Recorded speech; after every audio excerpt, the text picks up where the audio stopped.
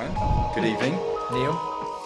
It'd be great if you can, I guess, introduce yourself for starters. We've obviously known each other for a little while now. Yeah. But tell us a bit about you. Yeah, I won't mention how we know each other and the tiger costume that comes with it, I guess. But yeah, no. I mean, I'm Ryan, currently the VP Finance at Causaly, and you want to know my career path roughly, or which? Yeah, tell us how you got to being a VP in finance, and maybe a bit about Causaly as well. Sure. Okay. Well, I would say that my journey is probably not the most straightforward. Wasn't the most straightforward. I went to KPMG and flunked out. Didn't enjoy audit at all. Stuck in the cupboard of different insurance companies across the country and not, business partnering, spending time with stakeholders, working with the business, analysis, all that kind of stuff that I loved. Had a real knock in confidence, I would say, and went to a local company called MetaSwitch in North London that just was a small team, fairly static, not growing anywhere. And I was just in an entry-level finance role, really. I was thinking, is this for me? Spent about a year and a half there, kind of questioning myself whether finance was right or should I be doing something else, and thought, no, okay, I can do this. This is numbers, I like it. You're working with a business again, but realized there was no growth for me there at all. So that's when I managed to sneak my way onto the Tesco grad scheme at an elderly age. I'm not sure I should have been allowed on there at that point. And, but it was fantastic. Honestly, I had like 4.5 years of the best experience there. And I think that prior experience, those kind of like the choppy bits at the beginning, like stood me in good stead, because then I would go and attack it. And I knew what to do. I knew the stakeholders to try and speak to. I knew that you wanted to get the best roles, and you could work your way through the org there. And Tesco was a great organization for that, because they spent a lot in development, on career development. They spent a lot in rotating you across the business, and they do a great finance grad scheme. So in terms of FTSE 100, they give you those foundations in finance, like not many, well, I didn't experience any of the other ones, but in my mind, not many better places you could go for really seeing that. And then, great talent there, great leaders. And I got fairly lucky, I think, with the first couple of managers I worked for, but they were phenomenal, I think, and great people to learn from and spend time with, and just generally absorb information from, fantastic. And from then, once you've got a few of those roles, then you can steer that yourself. You can then try and manage and hear who the good leaders are and spend time with them and try and engineer it so that you end up on those placements and do all that stuff. And then I thought I didn't want to get tarred with the retail brush. And so I didn't want to, I know if people do this journey, and not saying it's bad, but that Tesco, M&S, Sainsbury's loop or something of the London retailers. Yeah. I really wanted to try and get out and do a different sector and challenge myself. I was looking at the BTs of this world, and some of the gambling companies that are there, and then there's something left field came up, which was a private equity place. And I thought, oh, this is it. I'm going to make my fortune. I'm going to be investing, and this is where I make the big time. And then when I got there, it turned out I didn't ask the right questions, because I didn't know enough about private equity. And then they were actually winding down their portfolio and selling off and winding the whole thing down. What they wanted was someone to come in and business partner with their underperforming assets to get them into a decent sale position to then sell off. So, but really valuable again, because you then suddenly, instead of being a small cog in a Tesco, you were thinking strategically about valuations and exits and multiple market multiples, and how their EBITDA was, and whether the CEO was performing. And that wasn't a question I really asked myself too much about the senior leadership of Tesco. So really valuable experience there. And from there I got into, I know this is a long-winded answer, by the way, I don't know what you wanted or not, but that finally went into tech. I wanted to get into tech before, but I think tech is quite a bit of a closed shop in terms of you either have tech experience or you don't. And it's a bit of and then it's quite hard, especially to force your way in, and then a senior side. But I got lucky. There was an FP&A director role that came up, and then the number one quit while I was in my first week, he'd actually quit in my notice period. But the first day I was being told that the number one in finance was resigning. And then there I was kind of number two. You tipped him over the edge. Well, I hit the fear of me coming. I had no idea what he thought was going to happen, but obviously he didn't want to. So that hopefully is not a slight on me. But and so suddenly you're kind of thrust into this position like number one in finance. There was a little bit of vying for it, where they didn't want to kind of auto just give it to me, but then it just happened. And then all the stress and strain that comes with. So I wouldn't say, I can't remember what your original question was, but going back to about how I just kind of fell into it. Yeah. And then suddenly that stress level just goes up. Yeah. A level you didn't know there was in terms of stress and all that comes with it. That's why I fell into being a number one in finance, I guess. Are you somebody who works really hard, or are you somebody who works really smart? I work really hard. It's an easy answer, I think.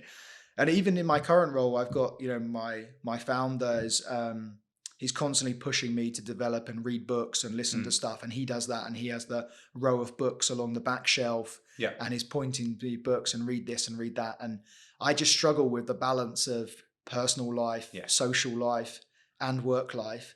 And the one thing that I just dial up is working hard, and people can rely on me and I'll get it done. I'll work all the hours to get it done. And then I do struggle. That's one of my weaknesses. I'll admit it to my own team. I push them to develop themselves, but I don't develop myself. The way I learn is more as a sponge, trying to immerse myself with strong people and then learn as much as I possibly can from them and those day-to-day experiences of different scenarios that comes up. So, and just making mistakes and definitely making mistakes, but making mistakes and learning from them, because they're like scars you carry, and then you're like, okay, the idea is that you never make that mistake again because you've learned that harsh lesson. I've definitely learned a few of those. So you've been pushed to do some more reading and listening and things. Are there any things that you've actually had recently that have helped you in the role that you're doing at the moment? Yes. They're not so much from a finance perspective. So one of the things in tech startups is that you get immersed into all things. So early on, I got given number one in finance role. Then pretty soon after that, I got asked to handle revenue operations as well. And then soon after that, I got asked to manage legal. And then in the new company, they almost saw that as a benefit of that you could do all those things. So I got asked to take on all three of those things again. Yeah.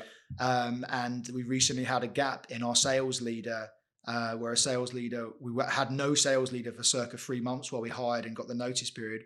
And I had a book about how to run a sales process. And, that just, if I had, there was so much stuff there that I had in my gut, but I didn't have the kind of evidence, or I didn't articulate in the way that, this book articulated things. And so I was much easier able to convey my message to everybody about this is why we should do things. And so that was valuable in like filling knowledge gaps when it gets dirty in startups and you have to just muck in with everything. And so you're going to have to bring yourself up to speed with some of those functions you're helping out with. Yeah. So from that sense, yes.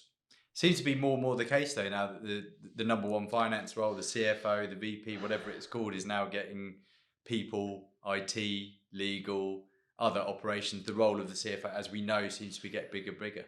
Yeah, I mean, I think that you see a lot of CFOs that become COOs, and then COOs who become CEOs, or CFOs that go straight into CEOs. I remember I was interviewing at McDonald's, and they had the back-to-back CFOs from the UK had gone to become the CFO in the US over the global group, and then one of them had become the CEO, and that didn't work out so well in the end.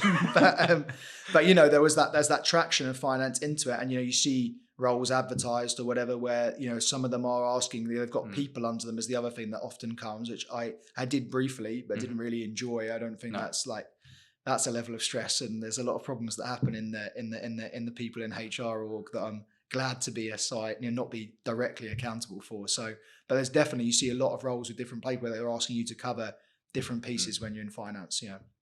What advice would you have for a younger Ryan who is on that path to where you are now? What advice? That's a tough one, I think. I try and not, I learned so much all the way through my career that it's like, I don't look back at any of them and think, I wish I'd done something different, because you learned so much. I look at myself and do say, especially in those early days where you had time, you could have read and developed stuff. Maybe I would have got into tech earlier, and done that. I mean, I remember when I was at Tesco, I had roles come up from Deliveroo, and, I think their share price and all the stuff that's happened then, that probably would have been a nice time to join back then. But they felt risky, I was still a grad, and so there's, I guess the grad schemes, I haven't looked into too much the grad schemes of tech orgs and how they play out. But, you do see the people who sometimes I see in my similar roles were the people who were the accountant, and then they've gone on to become the head of finance, and they've gone on to become. So you could have started early there if you wanted to do it in tech. Yeah, I think, and I struggle for time, 2 kids now, and trying to do a couple of bike rides and play a bit of golf and go out and see, the guys and stuff like that. And so back then you don't realize how much free time you had to probably invest in yourself and do some training development. And even in a big org where, taking a day out and doing, going and doing some training, that wasn't going to kill anyone for you to do it. Like maybe you were a day behind in your process or something that you think was super important when you're in that mid and junior level, but really you could have done. Whereas now, when you're at senior level, there's things genuinely could fall over type thing or stuff. You've usually got the controls in place that it doesn't, of course, but there's definitely, there's more pressure at the top, and there was not as much. You didn't realize you had as much time as you had back then. So I'd have invested in myself a little bit more back then. What do you do to mitigate the pressure and the stress of it? I don't know. I'm not very good at. I wear it. Golf just adds more stress. Yeah, that would be terrible. Yeah, so bike rides are good. Bike rides genuinely, I don't get out enough on them because they just clear your head. Yeah, and you're out and it's fresh air. And I'm sure anyone who can run. I've got crippled ankles, so I can't run. That's why I cycle. But that is just clear your head, and you're just head down, and like it is. You're out and about countryside, and you can just it does for 2 hours feel like you're just focusing on the ride. I think that, but I've had that feedback that I wear it too much, to be honest. But that's kind of I see it as a little bit of one of my pros of me. Like when I'm really in to a role, which I think people like about me, but then they see how much sometimes it can wear me and they feel a bit bad. But honestly, I'm probably not the best person to give advice to. Just being frank, because I take it personally, I take it badly. You see, sometimes they're like, "Why are you taking this badly?" That's like a sales mistake or something. But I'm always thinking like, "Okay, what could we have done better? What analysis could we have provided? Blah blah blah blah blah." So, wrong person to ask that question, I think. What about in becoming a tech CFO? Are there things that really, because as you said earlier, a lot of people try and break into tech, and obviously that's the way the world's gone. And maybe being in retail or a consumer environment, for example, particularly in 23, 24 at the moment, is less appetizing. Not that tech hasn't had a rough ride in the last 12, 18 months for reasons we all know. But is there anything in particular around being a tech VP of finance that's particular?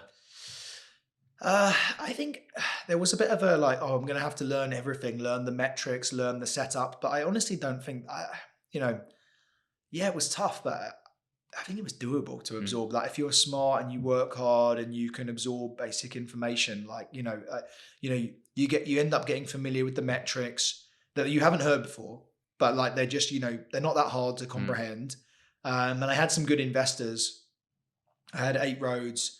And I had Octopus as like kind of our 2 lead investors in my first startup, and Octopus in particular were quite good at getting me along to some events and different things that would help just getting the basics out there of what investors were looking for from the leadership team, what metrics and all that. So they kind of help build some foundations. And there's there's different websites with the SaaS CFO, which now. It's quite funny. I actually don't follow his content. Well, I still get the notifications, but they used to be like, "Oh God, I better read this thing, and learn about that." And now you've actually built those foundations up. It's like he's trying to spoon feed the next generation of people who are trying to become tech CFOs. Whereas now it's kind of like a bit of a given, which is nice, I guess. But I honestly don't. I shouldn't put anyone off. I think it's just hard to get the break. And the reason I got the break, I think, was because they looked at someone who kind of come from a big top, someone that had high standards like Tesco, where you learn best practice, and then someone who had a bit of investing kind of was like, then I thought that was, nice. And from from a more of a, I don't know, an analyst type view, I guess, on things. And that was the reason I got that. But if I, that was kind of lucky, I think, really how I got that role. Causaly is obviously a business built around AI, and the theme of the year in 2023 was AI going mainstream and continues into 2024. Yeah. Does it change how a CFO operates moving forward? Yeah, I mean, I think so. I think that, but I don't know how or why or what. There's some stuff I read about what AI can do that I think, well, we're in a good place already, so we don't need that. You hear a lot about something that's just got raw data, who could pump something in and then it can do something with the data. But we're already doing the stuff that it can do, So, but I think there's going to be a lot of stuff that the thing that I see more is like AI, maybe where you look at, you know, uh, like a chat GPT where that's more can help you more efficient in your role and do incremental stuff. But I think it'd be more in the products themselves or the systems we use. Yeah. So like we use Xero for our accounting, for Mhm. example, and a lot of companies, a lot of tech startups are doing co-pilots. Yeah. And how can you automate these things? And I Mm. think that's going to be the big thing where in that transactional side where it's high volume but multiple repeat same process, I think that'll be the first thing that will come Mhm. is that you can suddenly get your payments process and your reconciliations done, with the click of a button. Mm. And because they'll just, it's like a macro where before you were recording macros and to try and do the same process and you could record an action. And I was never at that level that could do them as well as probably some people. But now that's all happening in the platform itself and it's doing it for you. Mm. And then I think, but the next tier after that, I think is still a little bit blurry. Mhm. About like, they're saying they can do the super cool stuff and they're going to be able to, you give all the inputs and it's going to do a discounted cash flow for the next 4 years or something like that, which would be, that would take out the next level of roles. Yeah. In terms of those kind of mid tiers. Yeah. I think we're still a while away from that, but it's definitely a worry. I mean, it's worrying for all of us. I work in an AI company and there should be all the positives, but it's like, I think it must be so hard for grads these days and what role to choose. Because you've got to think strategically about which roles are going to still exist in 10, 15 years. Because AI might kill your whole grad scheme.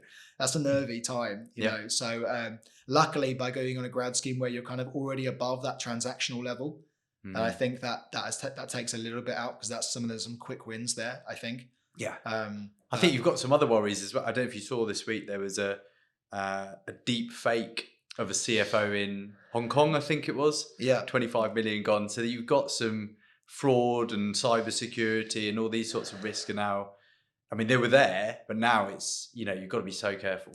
Well, that was the eye opener. Coming back to your early questions about being a number one in finance, being commercial KPIs, budgeting, forecasting, that deep control side. I remember people on the Tesco grad scheme saying they went into internal audit and did stuff to round themselves to make sure they had the controls element. And I didn't do it because it didn't sound as sexy as like doing all the other stuff.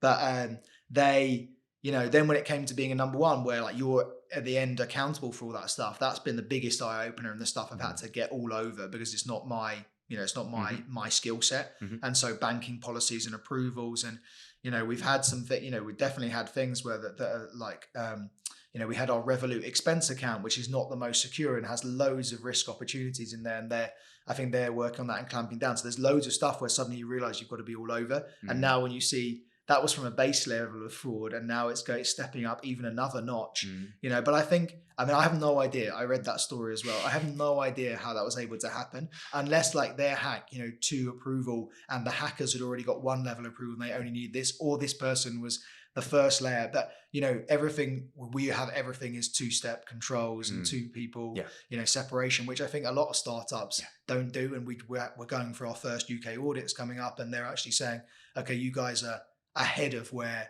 you should be for your size of company. So I imagine there must be tons of startups that don't, but now's the time I think you've got to tighten that stuff up. Yeah. I mean, we had one the other day. I got an email purporting to be from one of our employees saying send 10K over there from what looked like the right email address. I'm sure you've had things like that as well, but tons, tons. And and from payroll perspective, and then they're trying to play off the people team with the finance team and it's clever stuff. LinkedIn, you can map out an organization. You see, okay, they've probably got these 3 layers of people and these 3 layers of finance. Okay, I reckon that person's the creator of payments and this person's, they can work it out type thing. So in a small org, in a big org, I'm sure it's quite hard with some of the stuff, but I don't know what things they try there. But for I think startups are kind of ripe to target for that stuff because controls is not always, especially in the early stage, we don't even have that many heads to implement that number of controls. It's pretty hard. So definitely everyone's got to be alert to. Yeah. So we've established you're a grafter. Is there anything else unusual about you that people generally don't know that's quite interesting? I don't know. I mean, I guess in career-wise, personal-wise, anything. I mean, I'm the fun guy, I guess, at the company. I don't think people are going to think that, that your finance guy. Unusual for the finance unusual, guy. maybe. I don't want to slag off our entire industry. Yeah, no, there we go. But, it's as a culture carrier and stuff, I think that's what stands me out a little bit. Yeah. I hope. Because I do think that stuff's super important, and I like to go in and have a laugh, and I'm sure everyone does as well. You don't go in and sit there every day to be miserable. But I really, if you didn't have a good team that you enjoy working with, I wouldn't go. And we put in a lot of hours, but it's like worth it to me. I don't know.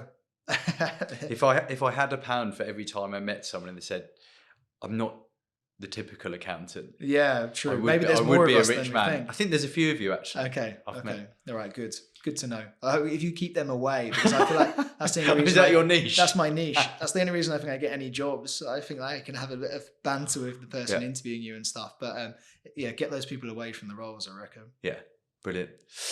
Ryan, thank you very much for your time today. Cheers, Neil. No problem at all.